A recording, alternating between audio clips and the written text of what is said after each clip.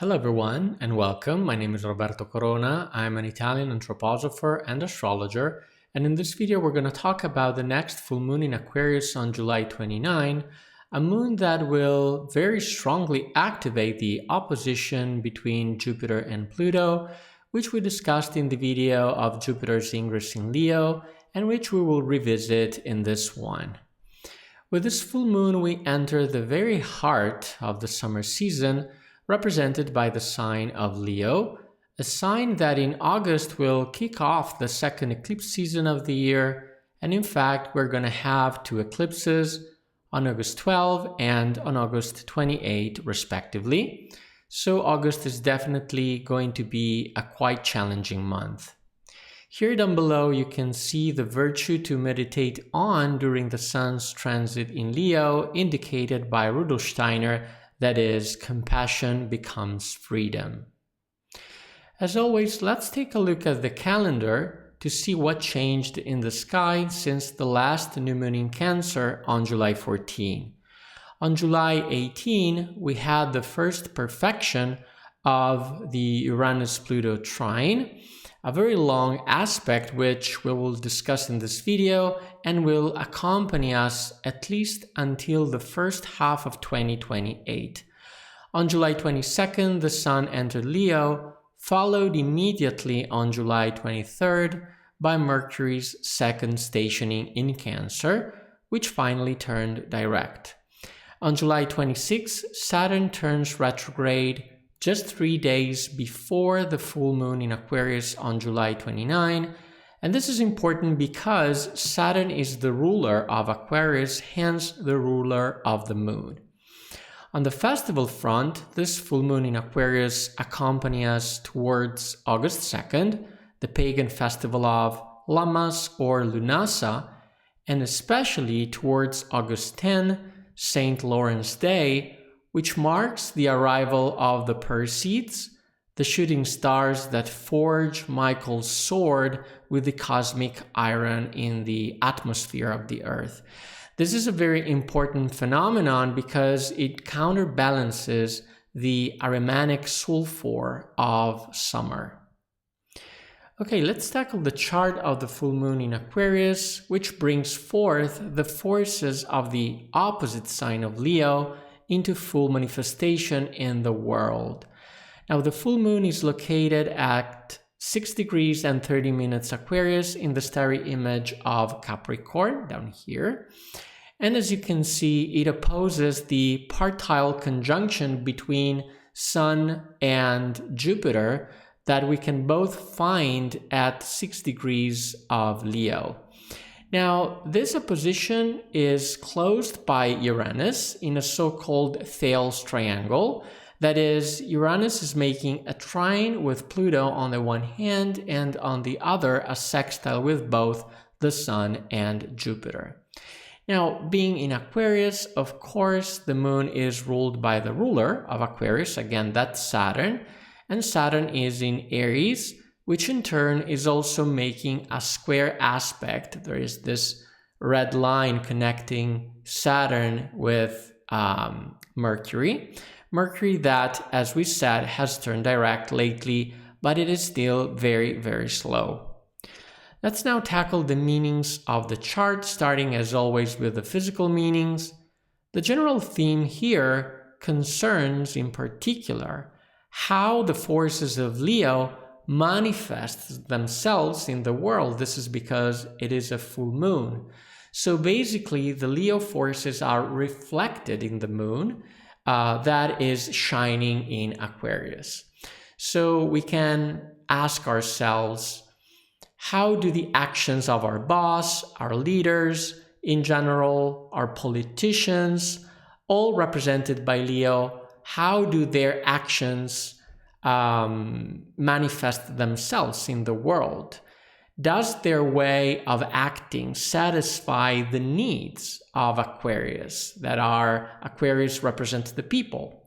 So the full moon in Aquarius is all about the people, equality, freedom, social justice for everyone. What are they doing?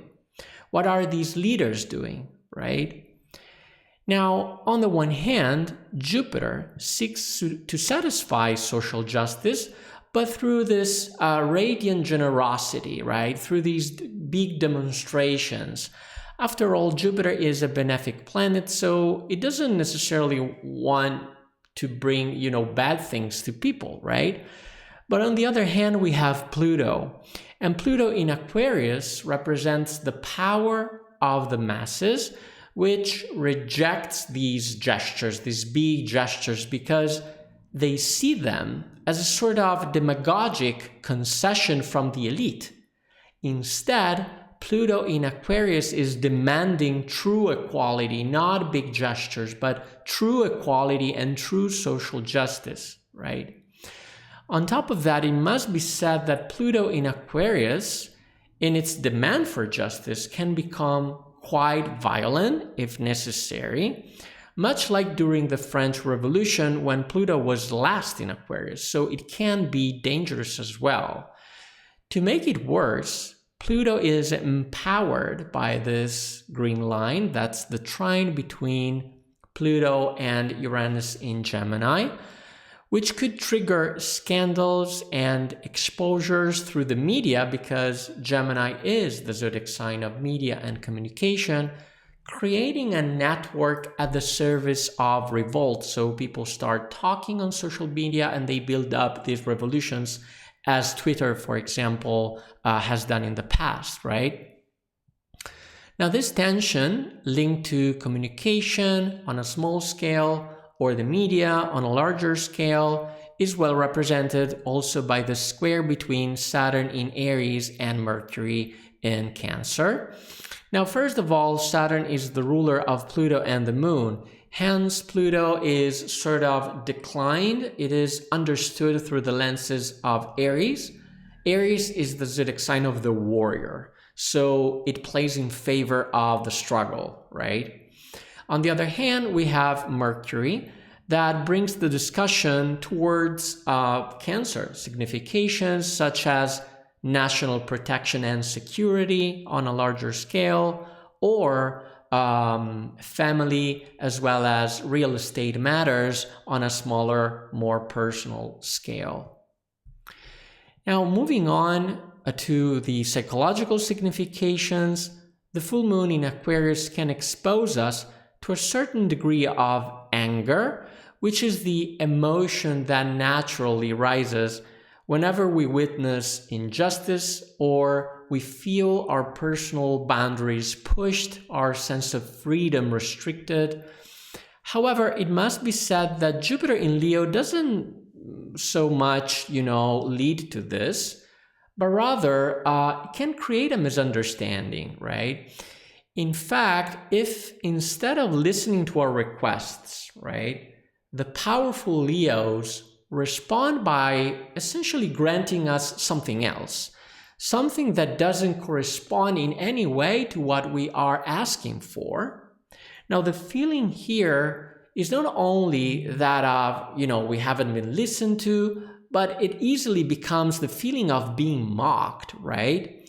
So if you think about it, how many times has it happened that we ask for something that we need and we are given something else that we don't need, even with the presumption of having done us a favor, right? No, this is not what we are asking for, right? So this creates a misunderstanding. It builds up anger, and an anger that we need to process, right? Now, on top of that, Jupiter is also making a trine aspect, this green line connecting down here, Jupiter to Neptune in Aries, which means that Jupiter is expanding and nourishing with Leo energy, with fire energy, the collective imaginary of the warrior, the collective imaginary of war, of fighting, because Neptune is the planet of collective emotions as well as the collective imaginary, so what we as a collective imagine all together, right? And this planet is in the zodiac sign of the warrior, so this presumptuous attitude coming from Leo can fuel this destabilizing configuration, right? This imaginary of the warrior. And it is very interesting to note that the cradle configuration, this is the cradle, right? Usually it is a harmonious configuration because it is made of sextiles and trines, and they are very good aspects. However, if the planets involved are not stable, the effect is not necessarily of leading to stability, but rather, such as in this case, it builds up this tension between Jupiter and Pluto. Now, this trine is also very interesting because Neptune and Jupiter together opens up the chart to profound spiritual meanings. And in fact, from this perspective, from a spiritual perspective, both Jupiter and Neptune are very spiritual planets. So on the one hand, Neptune in Aries represents the image of the spiritual warrior. Now, the spiritual warrior fights internally rather than externally, right? On the other hand, Jupiter in Leo represents the spiritual masters, the spiritual teachers of the solar tradition, who guide the disciples toward inner liberation, inner freedom. And in fact, these forces, they manifest, they are brought into full manifestation down here through the full moon in Aquarius, right? And Aquarius represents precisely this inner freedom, this inner liberation aimed at all human beings, not only for the elites, you know. Now, this inner liberation can become even more powerful if we can tap into the higher spiritual forces that we can find beyond tropical Aquarius. If we look at the constellation behind tropical Aquarius, and that's Capricorn, right? Now, the full moon shines in particular on the animal's face. Therefore, the highest part of the sea goat, the head, is involved. And in astrosophy, this part of the sea goat represents the forces of gnosis. Gnosis means inner asceticism that leads to direct knowledge of the spiritual world. Gnosis means knowledge. So gnosis is the path of direct spiritual knowledge of this subtle world. Now, these forces of elevation that help us, so to speak, climb Jacob's ladder in biblical terms are represented by the forces of the seraphim, the spirits of love. Now, they are the highest spiritual beings, and so they help everybody else, basically. They are fully dedicated to helping all beings elevating through divine love, right? Now, this elevation doesn't come without effort because Pluto is there. So we have the conjunction between the full moon that is shining here in the head of the fish goat and Pluto. Now, Pluto is an indication that this process of inner liberation inevitably passes through the alchemical elaboration of the inner shadow. What shadow? As we said, the shadow of anger, the shadow of violence, the shadow that could lead the revolt in a bad direction. As always, thanks for watching. If you want to support my work, please like this video, subscribe to the channel, turn on the notification bell not to miss out on future astrological insights, especially the eclipses. I am Roberto Corona. See you in the next video.